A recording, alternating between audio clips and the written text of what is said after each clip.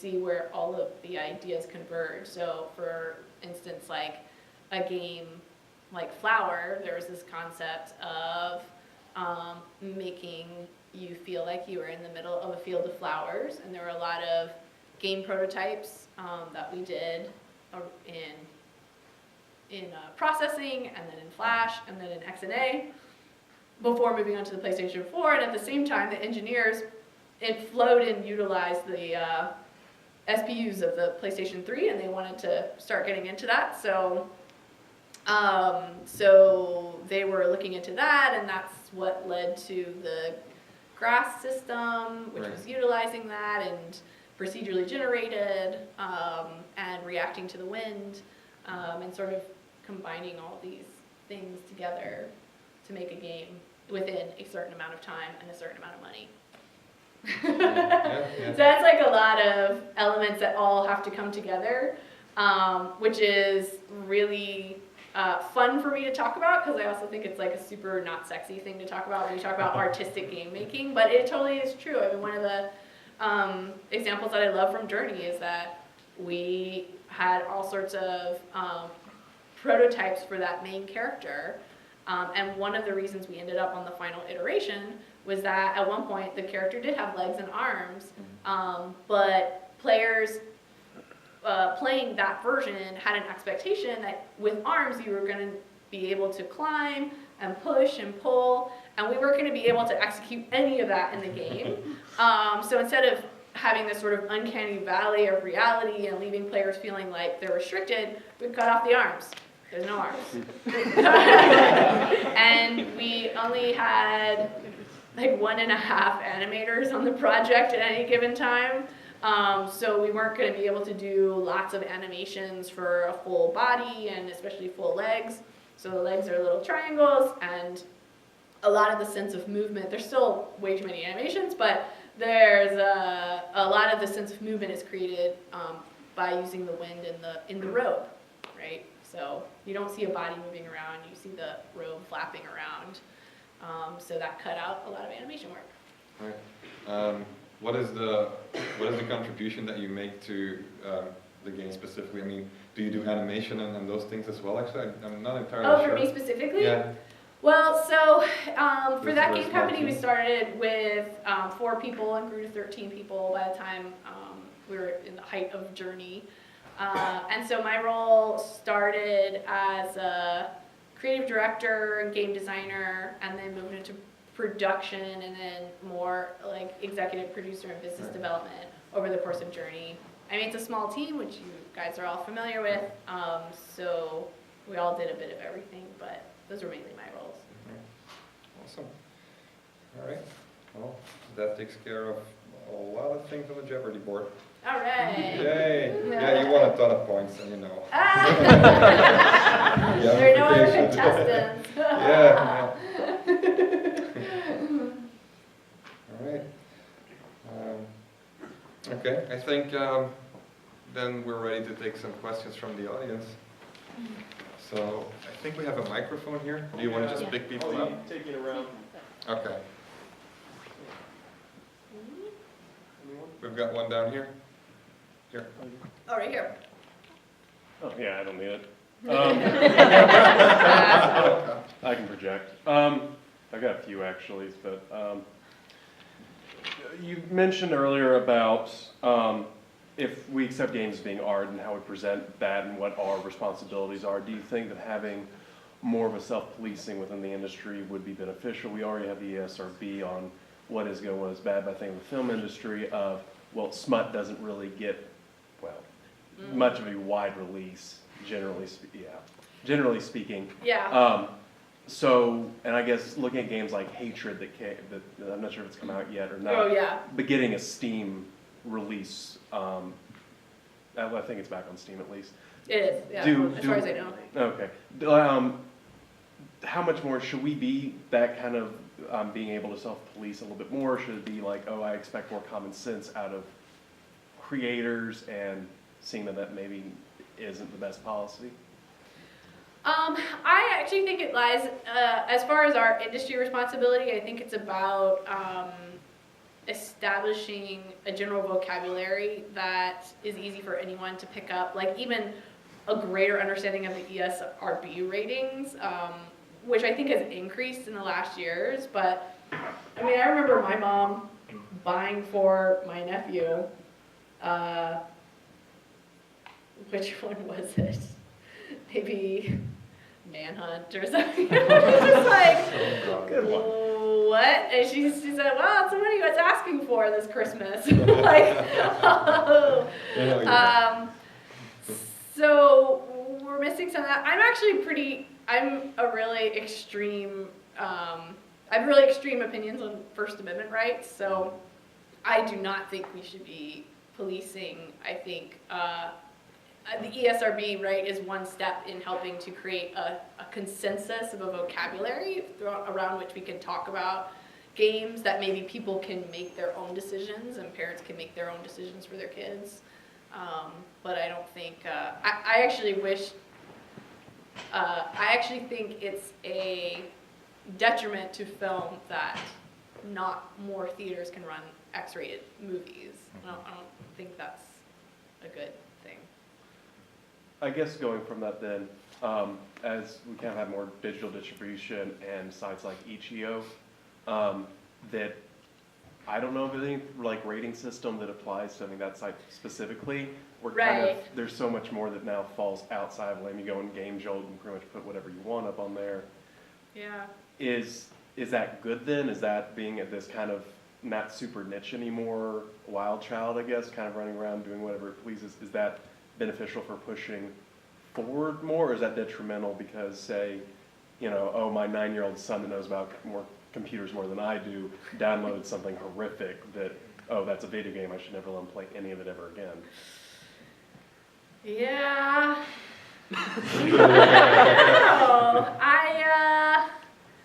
I like that we're in a place where there's such a lack of boundaries, and even today there's still pretty harsh restrictions on content for the App Store and Google Play Store, which and like basically the major theaters of our time, which are PlayStation and Xbox and Nintendo, which I think hinder a lot of ways the creative possibilities and the impact by not mainstreaming more truly adult content. Then yeah, we sort of we push it to essentially the back rooms of the video stores in a way, right? With all the with just having them available on these websites and almost creating our own taboo around them, which is not good. I think it's better to have them out in the light of day, but yeah, I don't know. I guess is someone really gonna get their kid to never play another video game again? Well, a lot might change as well when people who are in the room right now at some point will be parents, and they will. I'm sure when I see a cover and I just know, okay, that's not something a kid needs to be playing, even without the ESRB rating, because I've been playing games all my life and I'm literate in games. Right. I think that's one of the, and there are a lot of awesome things people have been doing. Like I think, don't quote me on this, but I think the site is called whattheyplay.com. And it's basically just a website you can go to as completely uninformed parent of a gaming 12-year-old. Yeah. And the reviews are exactly that. They're just okay. And after 10 minutes in the game, there's profanity. After 20 minutes, somebody's throat gets slit. Yeah, I'm referring to one of my colleagues asked me if his kid should be playing. I think it was Call of Duty Black Ops, where you have the scene where they put the glass in the mouth and then they hit him in the mouth. Something really awful. Right.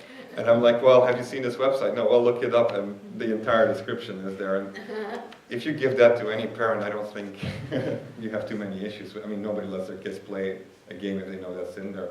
So there are a lot of initiatives that are helpful. I think the more people will get literate with games as a medium, I think it will help a lot, as opposed to just censoring. Because I don't think we need to censor the industry, but that's just me personally. I mean, like you said, I feel that if you want to make work of art, you should be able to do so. Yeah. You know.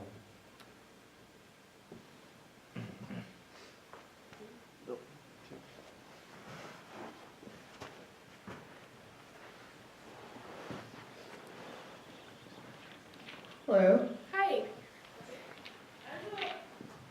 Oops. Your voice blew it out. Yeah? As a woman interested in the gaming industry, because of the Gamergate that happened and the flack that comes along with it, Mm. as a woman that is, just got exposed to Unity, I'm getting very excited about developing my own game. I feel that there's an unspoken stigma against women, and what type of advice would you give a woman that is interested in this industry to kind of push beyond the stigma of being a woman in gaming?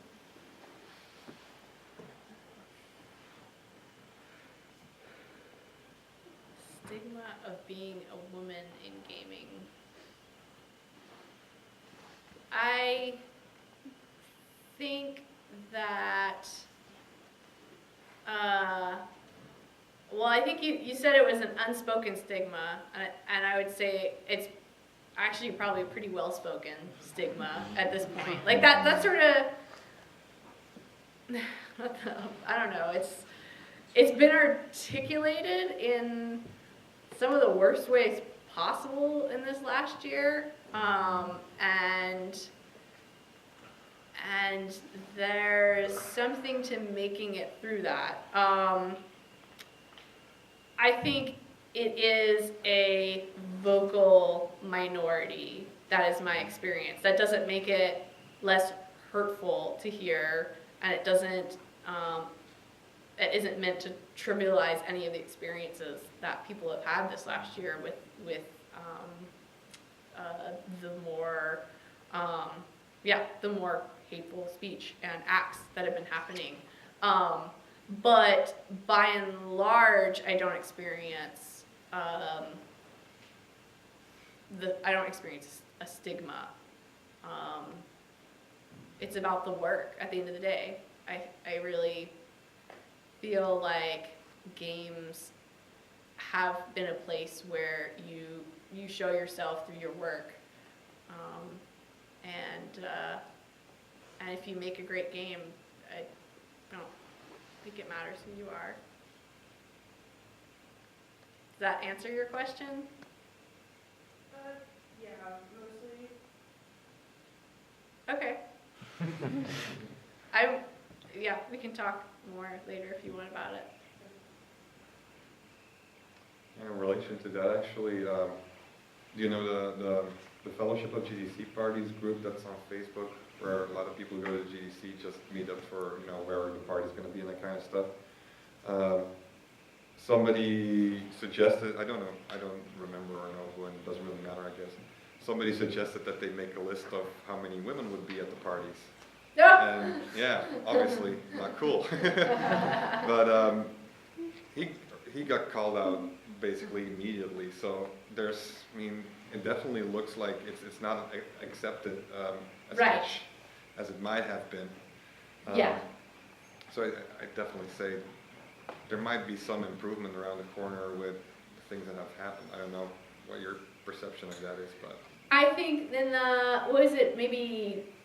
was it 2 or 3 years ago now, was the One Reason Why and then Right, One Reason yeah. to Be campaign, which brought out, I think that was one of the greatest things that's happened in a while, because it brought out a lot of women from the woodwork of all these little experiences, and some large. I mean, there's certainly women that experience very direct harassment or misogyny in their workplace, but also these little ways in which they materialize, which I kind of spoke to, of feeling like maybe you have to prove yourself, or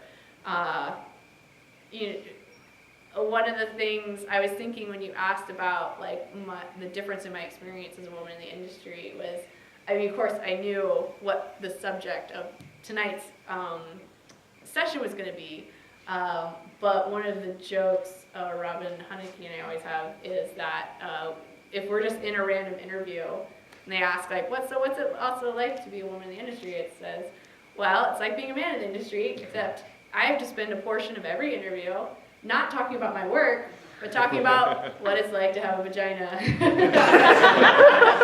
And there are these little things, and that one reason why campaign kind of helped I think bring out a greater dialogue that has continued in the last couple of years to make it okay for all of us to say, yeah, like, that's not cool, or I don't need to be hit on at a GDC party, or Right. you know, that kind of stuff.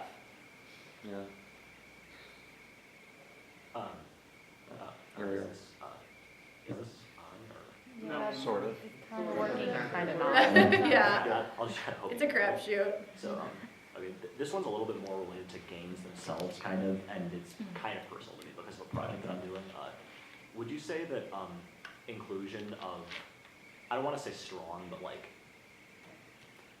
respectable main characters in games who are female or minority or LGBTQ or something, do you think that has much of a positive impact on like developers and such and like players who are of those same minority groups?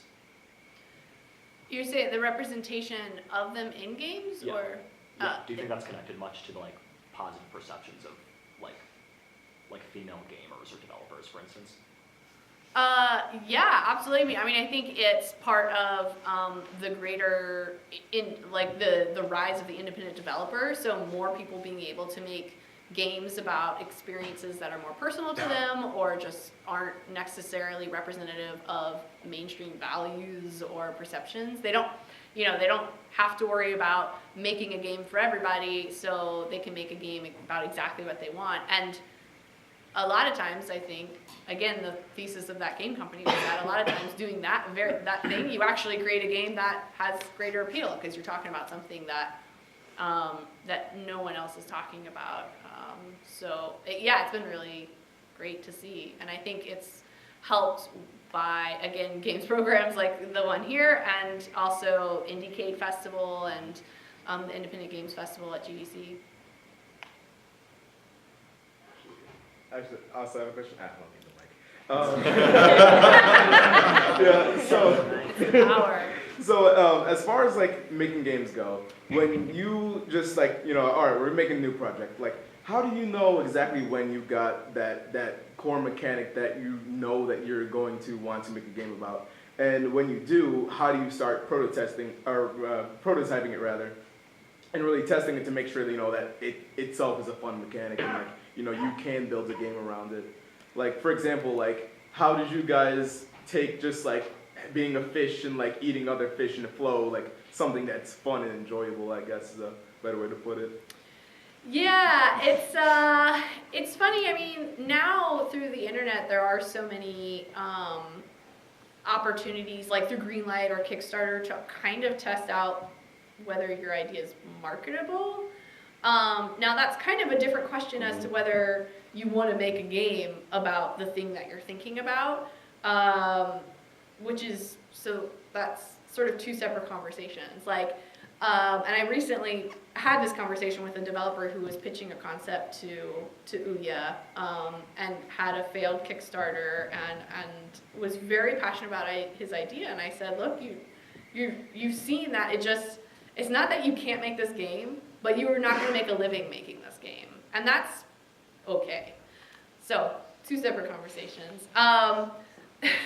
The tough one with that game company and the journey and the PlayStation projects was that we had to finish a game about those ideas. Like, we could not make a game about it. Our process was always starting with, here's what we want to express in the game, and we will prototype various ideas for game mechanics until we hit upon the one that's getting that idea across. What was problematic for scheduling is that we didn't necessarily know how long it would take to find that mechanic because, you know, no one had done it before. It was kind of a version, though, of what is known as the Cerny method, which if you haven't looked up, you can Google that and it'll bring up his old GDC Europe presentation, C-E-R-N-Y.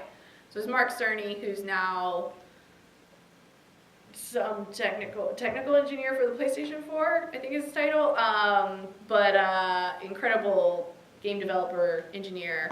And he has this production process, which he presented, which basically said ideally if you're, for instance, on a large team, you can prototype 3 concepts simultaneously, bring them all to a vertical slice level, so you kind of have all the main elements of your game, and then you can kind of see which one is the most fun, and then you can execute on that one, so as a way of sort of mitigating risk. And we kind of had that idea, except that we always knew which game we were making, it's just we were testing out various mechanics and then choosing the one that would lead us to the right. But yeah, I mean, there were definitely times on Journey where we were playtesting it in the office, and I thought to myself, oh my god, this game is so boring. I have no idea how it's not going to be boring, but it'll be weird and different, and that'll be cool. But you have to trust in that instance, especially in experimental game development, you kind of have to trust the process and say, well, we have this process of prototype, playtest, iteration, and like if we keep doing it,